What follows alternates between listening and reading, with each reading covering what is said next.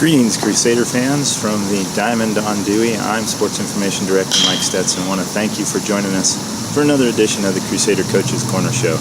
We're out here at the baseball field as it will be a big weekend here on campus. Northwest Nazarene University hosting Western Oregon in a battle for first place in the GNAC baseball standings, a battle that could decide who will win this year's GNAC crown. Also this weekend, fun events going on campus. Autism Awareness Weekend. Friday they'll have a community fair over at the Student Center from 9:30 to 2. Go over, find out about what you can do to be part of the battle against autism. And then on Saturday here at the ballpark, first pitch 1 o'clock, but we'll have a special ceremony, including a exciting first pitch ceremony as part of Autism Awareness Day.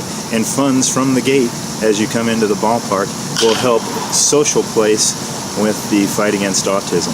I want to thank you for joining us for this week's Coaches Show. This week we're talking with head coach Rich Wagner of the softball team, who will be heading to Montana with hopes of a GNAC playoff berth of their own as they need to sweep the Yellow Jackets to make the postseason a possibility. Thank you for joining us, and now it's time for the Crusader Coaches Corner Show.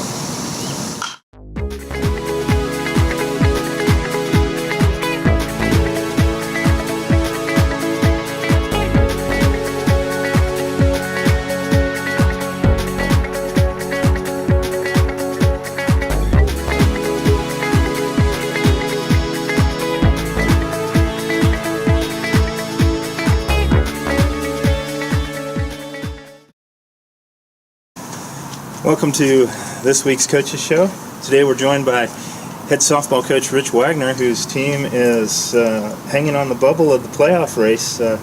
First off, thanks for joining us, Coach. No problem. And let's talk about the playoffs. How exciting is it, final week of the season, that you guys still have playoff hopes alive?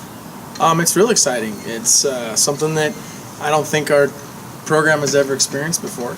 We got to work hard and we got to get a little bit of love from other teams, but we're getting on the bus on Thursday morning with, still the opportunity to be able to play next week, which is something that this team's never done before. So the girls are really excited. They're in working hard right now. It's exciting because the season's coming to an end, the year's coming to an end, but we still may be playing. So, and that's definitely not anything that we've ever experienced, and especially our seniors who just got done with senior weekend, and there's still something super exciting to look forward to potentially. So it's exciting. Plus, it helps with the long bus ride to Montana. You mentioned senior weekend. How exciting was it? I mean, a lot of times senior day is filled with that emotion, and you don't get the performance that you want out of your seniors. But both Allie and Morgan, I mean, they rose to the occasion on senior weekend and just played phenomenal and led the team. Yeah, it was a lot of fun to watch. We talked about what's kept us from some of those one-run games this year and how our record could really be flip-flopped if you take a look at, 2-out hits, how many close games we've lost with bases loaded. We've left, a small country on base this year, and it just comes to that youth. They're just, compared to the rest of the conference, we don't have a ton of old people, meaning juniors and seniors, those veterans in the lineup, to come up with those hits and just make it the normal thing, like a 2-out hit is no big deal. And so for Morgan Tomey to do that on Friday and just come up and hit a walk-off home run, and it kind of sets the tone for the future. And Allie came up with a ton of big hits this week and kept some of our rallies going to where we ended up winning that game. And it's exciting to see them lay the groundwork for the 9 freshmen on this team. And that's just it's fun, and as a coach who has been with them through the grind for the last 4 years, it's fun to see that happen. How tough is it? I know Allie's been with you since the first day you stepped in the dugout to lead this team. How tough is it to see that 4-year senior leave the program, and how emotional was it to, I guess any time now the season could end. It could be a month down the road, who knows? Yeah. But how emotional is it going to be to see that end? I'm not one that gets super emotional in the moment, especially on the field. But I think that one's going to hit. Allie's going to hit down the road when she's been that leader. She's been that rock for this team. She's been the one whenever we need something done, she gets it done. and that could be off the field, in the field. Someone isn't up to par in their grades. She's the one that pulls them aside, and she's the one that goes to the library and sits there until 11 o'clock, along with some of our other sophomores and juniors. But she really has set the tone the last 2 years with the intensity level on how much we work outside of practice. She's in here and she leads by example, putting the extra time in. And you hit the nail on the head with her, and I have been here together since the first year, when I can't even remember how many wins we got. It was count on one hand.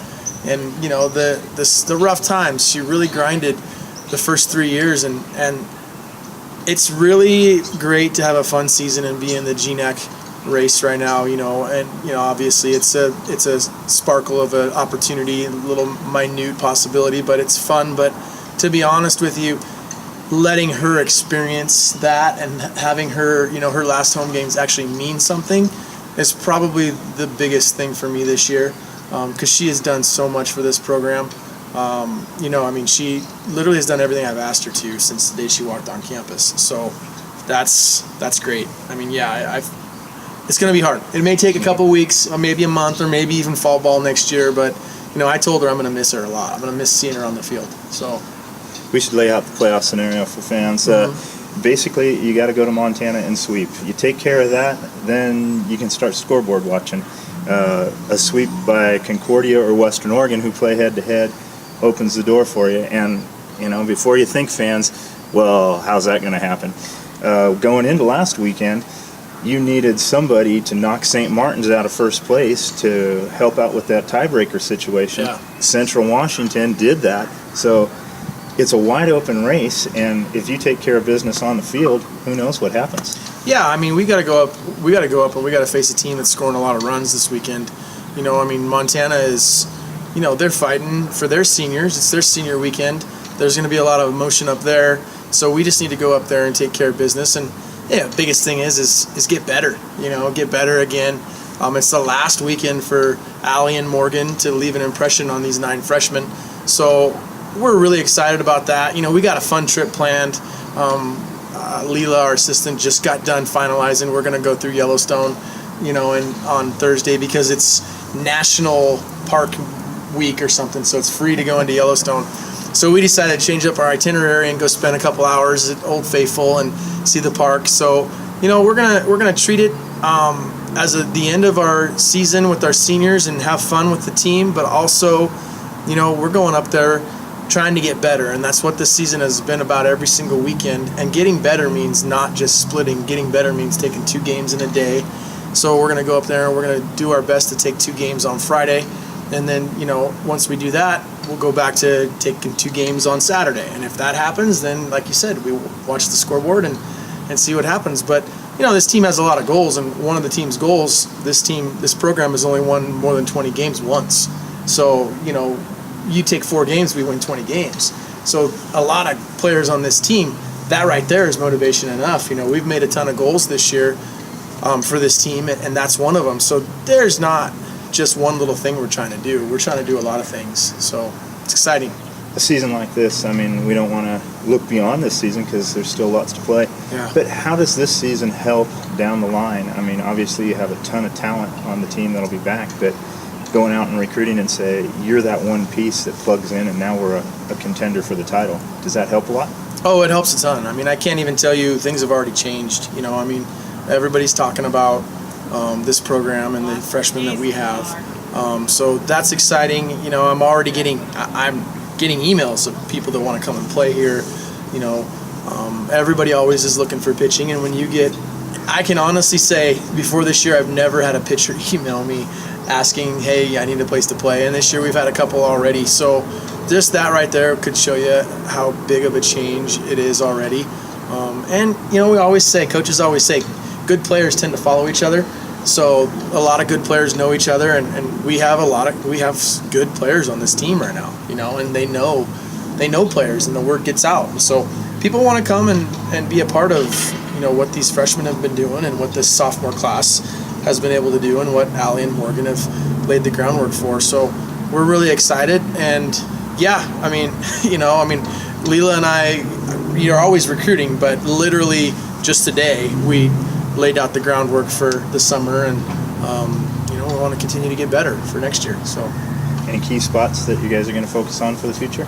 I think this year, we're the only team hitting under 300 as a team this year in the GNAC. That just goes to show you the shift in this game.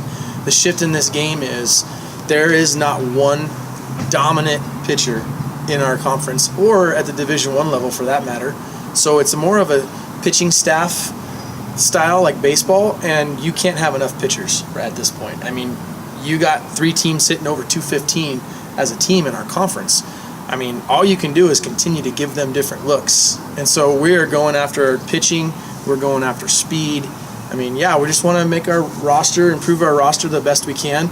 And, I'm the head softball coach at Northwest Nazarene University, so I'm always looking for good kids. That's the big thing.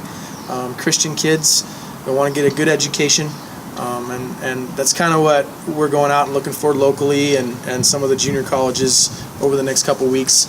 So, yeah, I mean, we did our job in the fall. We got some of our impact players coming in already signed.